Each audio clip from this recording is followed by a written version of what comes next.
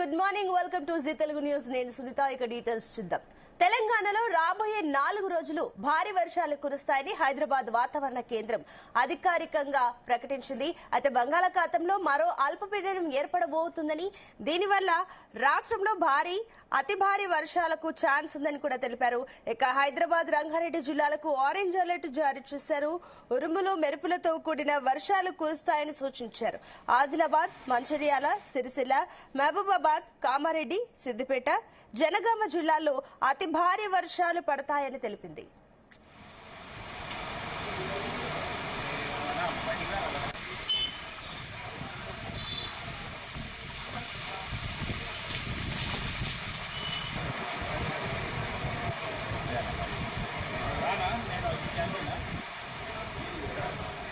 Right, ఇక దీనికి సంబంధించి మరిన్ని డీటెయిల్స్ మా కరెస్పాండెంట్ రాజు పటేల్ అందిస్తారు. ఎస్ రాజు పటేల్, తెలంగాణలో ఈ రాబోయే 4 రోజులు భారీ వర్షాలు కురుస్తాయని అటు వాతావరణ శాఖ అయితే ప్రకటిస్తుంది. ఏంటి దీనికి సంబంధించిన డీటెయిల్స్?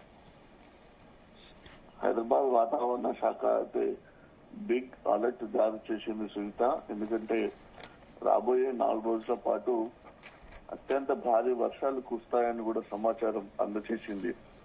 అంటే ఇన్ని రోజులు పడ్డటువంటి వర్షం కంటే ఈసారి మరింత ఎక్కువగా వర్షం పడే అవకాశం ఉంది. దీనికి ప్రధానంగా బంగాళాఖాతంలో మరొకసారి అల్పపీడనం ఏర్పడింది. దానివల్ల రాష్ట్రంలో భారీ నుంచి అతి భారీ వర్షాలకు అవకాశం ఉందని కూడా తెలియజేసింది.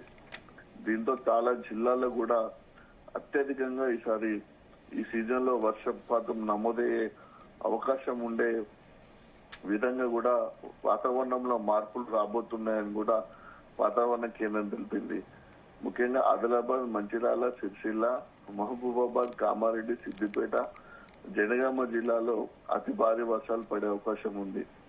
అంటే ఈ వర్షాకాలం సీజన్ కనుక చూసుకుంటే ఇప్పటి వరకు జూన్, జూలై ఈ 2 నెలలు కూడా చాలా అత్యంత క్రియాశీలకమైనటువంటి వానాకాలం సంబంధించినటువంటి ఈ 2 నెలలు చాలా ముఖ్యమైనవి. కానీ 2 నెలల్లో ఎక్కువగా వర్షం నమోదు కాలేదు. జూన్, జూలై ఈ రెండింటిని యావరేజ్ గా తీసుకుంటే 21% లోటు వర్షపాతం నమోదైంది. అంటే ఇది చాలా ఎఫెక్టివ్ గా అయినటువంటి అంశం సాగునీటికి సంబంధించి. గత 3 రోజులుగా కురుస్తున్నటువంటి వర్షాల వలన కాస్త ఈ మాత్రం యావరేజ్ పెరిగింది, లేకుంటే ఇంకా చాలా తక్కువగా ఉండే అవకాశం ఉంది. సో ఈ పరిస్థితులలో ఈ భారీ వర్ష సూచన ఉంది. బంగాళాఖాతంలో మరో అల్పపీడనం ఏర్పడబోతున్న దృష్ట్యా ఈ ఏర్పడబోయేటువంటి అల్పపీడనం నైరుతి ఋతుపవనాలకు తగిన విధంగా క్యాచ్ కావాల్సి ఉంటుంది. గతంలో ఎన్నడూ లేని విధంగా నైరుతి ఋతుపవనాలు ఈసారి తెలంగాణలో మే చివరి వారంలోనే ప్రవేశించాయి.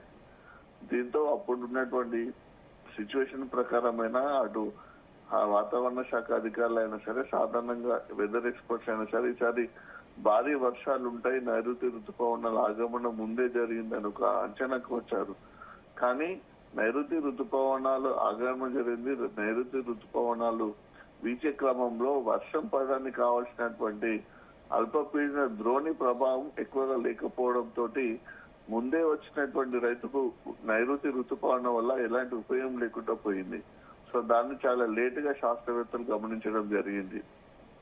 దీన్ని దృష్టిలో ఉంచుకొని అల్పపీడనం అనేది చాలా క్రియాశీలమైంది కాబట్టి అల్పపీడన ద్రోణి నైరుతి ఋతుపవనాలు కలిస్తే భారీ వర్షాలు కురిసే అవకాశం ఉంది. ఈసారి భారీగా వర్షాలు కురిసే అవకాశం ఉందని చెప్పినప్పటికీ కూడా ఎక్కడ కూడా పూర్తి స్థాయిలో ఎక్కువగా వర్షం పడడం లేదు. గత 4-5 రోజుల క్రితం పడ్డటువంటి వర్షమే ఈ సీజన్ లో అత్యధిక వర్షపాతం. అది జనగామ జిల్లాలో 10 సెంటీమీటర్లు పడ్డది. ఎక్కడ కూడా ఇప్పటి వరకు మినిమం 6 సెంటీమీటర్ల కంటే ఎక్కువ వర్షపాతం అంటే హైదరాబాద్ సిటీ తప్ప మిగతా తెలంగాణ జిల్లాలో ఎక్కడ పడలేదు. 10 సెంటీమీటర్ల వర్షం పడితేనే కుండపోత వర్షంగా దారితీయచ్చు. ఆ 10 సెంటీమీటర్ల వర్షం వల్లనే వరదలు ఎక్కువగా వస్తాయి, చెరువులోకి నీళ్లు వస్తుంది, వాగులు ప్రవహిస్తాయి. పూర్తి స్థాయిలో వర్షం పడ్డది అనేటువంటిది ఒక వాతావరణం కనిపిస్తుంది. ఆ పరిస్థితి ఇప్పటి వరకు తెలంగాణలో లేదు, కానీ రాబోయే రోజుల్లో కూడా ఉంటుంది అనేటువంటిది సమాచారాన్ని అయితే హైదరాబాద్ వాతావరణ శాఖ తెలిపింది. దీంతో చాలా జిల్లాల్లో కూడా వర్షాలు పడే అవకాశం ఉంది. వర్షాలు పడతాయనే ఉద్దేశంతో కూడా ప్రభుత్వం కూడా అలర్ట్ అయి చాలా జిల్లాలు కూడా అలర్ట్ జారీ చేసింది. సీఎం రేవంత్ రెడ్డి కూడా అధికారులతోటి ఉన్నత స్థాయి సమావేశం ఏర్పాటు చేశారు. ప్రజలకు ఎలాంటి ఇబ్బందులు తలెత్తకుండా సహాయక చర్యలు తీసుకోవాలని కూడా సూచించారు. ముఖ్యంగా హైదరాబాద్ లో ట్రాఫిక్ సమస్యలు గాని, లోతట్టు ప్రాంతాల్లోకి వాటర్ వచ్చినప్పుడు గాని, మెయిన్ రోడ్లపైకి వాటర్ వచ్చినప్పుడు, కాలనీలు మునిపోయే సిచ్యువేషన్ లో ఇళ్లలోకి నీళ్లు వచ్చేటువంటి పరిస్థితుల్లో ఎలాంటి ఇబ్బందులు రాకుండా ఉండడానికి ప్రత్యేకంగా 150 బృందాలను కూడా ఏర్పాటు చేశారు. వాతావరణ శాఖ సూచనల ఆధారంగా కమాండ్ కంట్రోల్ సెంటర్ నుంచి ఆ సీసీ కెమెరాల ద్వారా కమాండ్ కంట్రోల్ సెంటర్ లో ఉన్నటువంటి ఫుటేజ్ ద్వారా ఎక్కడెక్కడ సిటీలో ఇబ్బందులు ఉన్నాయి, ఎక్కడ ట్రాఫిక్ జామ్ అవుతుంది, ఎక్కడ రోడ్లపైకి వాటర్ ఎక్కువగా వచ్చింది, కాలనీలు ఎక్కడ మునిపోయే సిచ్యువేషన్ ఉన్నాయని తెలుసుకొని ఈ టీంలని అక్కడికి పంపించడానికి కూడా అలర్ట్ ఉండాలని కూడా సీఎం ఆదేశాలు జారీ చేశారు. పోలీసు కమిషనరేట్ల ఉన్నతాధికారులు భద్రతా ఏర్పాట్లను గ్రౌండ్ లెవెల్లో కూడా ప్రత్యక్షంగా పర్యవేక్షించాలని ఆదేశించారు. దాంతో పాటు ముఖ్యంగా ట్రైబల్ ఏరియాలో వర్షాకాలం వచ్చిందంటే ఈసారి ట్రైబల్ ఏరియాలు ఎక్కువగా అంటువ్యాధులు ప్రబలిల్లే అవకాశం ఉంటుంది కాబట్టి గిరిజన ఏరియాలలో ఐటీడీఏ ఆధ్వర్యంలో గిరిజనులు ఏరియాలు ఉంటాయి కాబట్టి ఐటీడీఏ అధికారులు ప్రత్యేకంగా జాగ్రత్తలు తీసుకోవాలని సూచించారు. పిహెచ్సిలు, ప్రభుత్వ ఆసుపత్రుల్లో వైద్య సిబ్బంది ఎప్పటికప్పటికి అందుబాటులో ఉండాలి. దాంతో పాటు వెటర్నరీకి సంబంధించినటువంటి డిపార్ట్మెంట్ సంబంధించిన అధికారులు కూడా అప్రమత్తంగా ఉండాలని కూడా నిన్న సీరియస్ గా సీఎం రేవంత్ రెడ్డి అధికారులకు ఆదేశాలు జారీ చేశారు.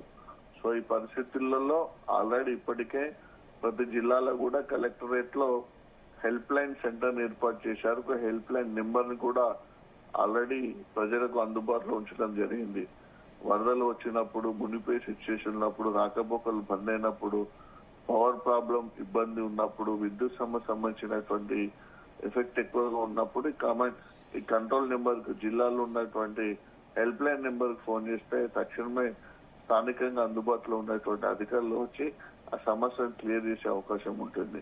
సో అది అలా ఉంటే ఇక వానలకు సంబంధించి మాత్రము చాలా వర్షాలు పడాల్సినటువంటి ఆవశ్యకత అవసరం ఉంది. భారీ వర్ష సూచన ఉన్నటువంటి నేపథ్యంలో గతంలో కురిసినటువంటి వర్షంతో కొన్ని ఏరియాలో మాత్రమే వర్షం పడింది. తెలంగాణ వ్యాప్తంగా పూర్తిగా ఎక్కడ కూడా వర్షం పడలేదు. ఉత్తర తెలంగాణ జిల్లాలైనటువంటి ఆదిలాబాద్, నిర్మల్, నిజామాబాద్, కామారెడ్డి, మంచిర్యాల, కొమరంభీం, ఆసిఫాబాద్, సిరిసిల్ల, జగిత్యాల, పెద్దపల్లి, జయశంకర్, భూపాల్పల్లి జిల్లా, ములుగు జిల్లా, కరీంనగర్ ఈ ఏరియాలో మాత్రమే ఎక్కువగా వర్షం పడ్డది. దక్షిణ తెలంగాణ జిల్లాలంటే ప్రధానంగా ఉమ్మడి మహబూబ్ నగర్, ఉమ్మడి నల్గొండ, ఉమ్మడి ఖమ్మం జిల్లాలోని కొన్ని జిల్లాలు వస్తాయి. సో అక్కడ ఎక్కువగా వర్షం నమోదు కాలేదు. ఇటువైపు ఏమో వర్షం ఎక్కువగా ఉంది ఉత్తర తెలంగాణ జిల్లాలో, దక్షిణ తెలంగాణ జిల్లాలో వర్షం ఎక్కువ లేదు. సో ఈ డిఫరెంట్ టైప్ ఆఫ్ వెదర్ ని కలుపుకొని రాబోయే సీజన్ లో మాత్రము ఓవరాల్ గా తెలంగాణ వ్యాప్తంగా అన్ని 33 జిల్లాల్లో కూడా వర్షపాతం నమోదే అవకాశం ఉంది. వర్ష సూచన ఉంది అనేటువంటి చెప్పిన సిచ్యువేషన్ లో ప్రజలు మాత్రం ఇంకా వాన కోసం ఎదురు చూసినటువంటి సిచ్యువేషన్ కనిపిస్తుంది. ఈ వర్షాకాలంలో ఇప్పటి వరకైతే అనుకున్న విధంగా, ఆశించిన విధంగా వర్షాలు నమోదు కాకపోవడంతో రాబోయే రోజుల్లో సాగునీరు ఎలా, పంటలకు ఎలా నీటిని అందించాలి అనేటువంటి ఆందోళన రైతాంగంలో ఎక్కువ కనిపిస్తుంది. తెలంగాణలో ఎక్కువగా ఓన్లీ పత్తి పంట మాత్రమే వర్షాన్ని ఆధారంగా చేసుకుని పండుతుంది. మిగతా వరి పంట అయినా, మొక్కజొన్న, పసుపు, మిర్చి పంటలు ఇవి సాగునీరు అందాల్సిన అవసరం ఉంది. అంటే బావులు, బోర్లతో పాటు మనకు ప్రాజెక్టుల ద్వారా వచ్చేటువంటి సాగునీరు, ఆయకట్టు చాలా క్లియర్, చెరువుల కింద ఉన్నటువంటి వాటర్ ద్వారా చెరువుల దిగువ ఉన్నటువంటి ఆయకట్టుకు చెరువుల ద్వారా వాటర్ అందాల్సి ఉంటుంది. దాంతో పాటు ప్రాజెక్టులోని కెనాల్స్ ద్వారా కూడా లక్షలాది ఎకరాల ఆయకట్టు ఉంది కాబట్టి దాన్ని కూడా సాగునీరు ప్రాజెక్టుల ద్వారా వచ్చేటువంటి నీటి ద్వారా అందే అవకాశం ఉంది.